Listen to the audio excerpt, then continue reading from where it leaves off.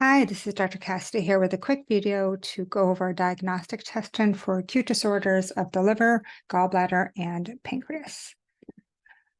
The first one we'll go over is the lab test related to bilirubin. If you watched my first video on function and dysfunction, you know that bilirubin is what heme from hemoglobin is converted to in the blood. Heme from broken down red blood cells, of course, needs to be removed from the body, so it's converted into bilirubin in the blood and brought to the liver. Once it gets to the liver, it's combined with an acid so it can mix with bile and then leave the body in stool. Now, when bilirubin is in the blood before it gets to the liver, it's called unconjugated bilirubin. That means it's uncombined with anything. Most of the bilirubin in the blood is unconjugated. A small percentage of conjugated bilirubin gets back into the blood through hepatic circulation.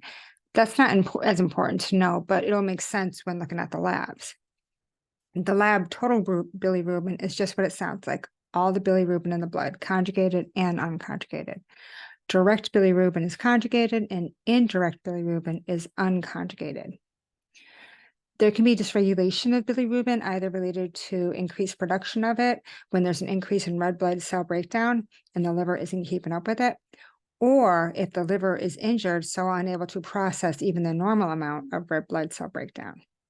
So we will see elevated unconjugated bilirubin in liver disease because the liver isn't functioning as well, but also in gallbladder disease because bilirubin is transported to the stool and bile, which is stored in the gallbladder. Another place that you would see an increase in unconjugated bilirubin is with newborn babies. Hyperbilirubemia is common in newborns, and it's related to the greater production and breakdown of red blood cells during the first few days of life. It's usually able to be treated with simple phototherapy where the baby is placed under a special light.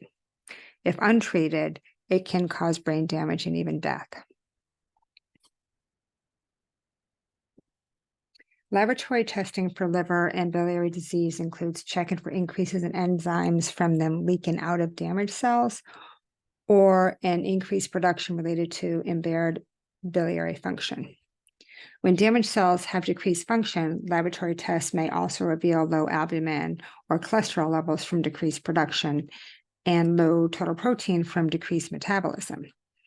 Ammonia and bilirubin can be elevated related to decreased liver function by removing them from the body. It means the liver isn't able to remove them from the body because the function is decreased. Also, decreased production of clotting factors causes longer clotting times, so an increase in PTINR. The next two slides go into more specifics of each lab. Please pause the video and read them through to increase your understanding of them. But of course, there's no need to memorize everything about these labs. You will see them on patients, though, with liver and biliary damage. Okay, lab tests specific to pancreatitis includes increases in enzymes, amylase, and lipase because they leak out of the damaged cells. Remember, those are digestive enzymes, so they start to digest the pancreas, which is very painful. There may also be cell dysfunction related to insulin, so glucose levels may increase. And also calcium may decrease because it moves into cells during inflammation, making the blood levels lower.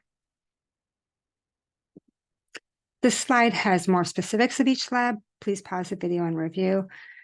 Also, though, I did want to mention that if a patient has suspected pancreatitis and providers aren't sure why, they may check the patient's triglycerides because severely elevated triglycerides over 500 can cause pancreatitis.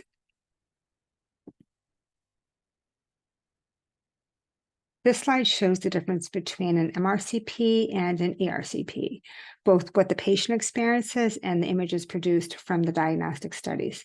The MRCP, magnetic resonance cholangiopancreatography, is just a form of an MRI, and you can see that the patient goes into the MRI machine and the images show detailed pictures of the pancreas, gallbladder, and bile ducts. The ERCP is endoscopic. The patient is put under conscious sedation and has a tube with a camera fed down the esophagus and through the stomach to visualize the gallbladder, hepatic, and common bile ducts. So very different experiences.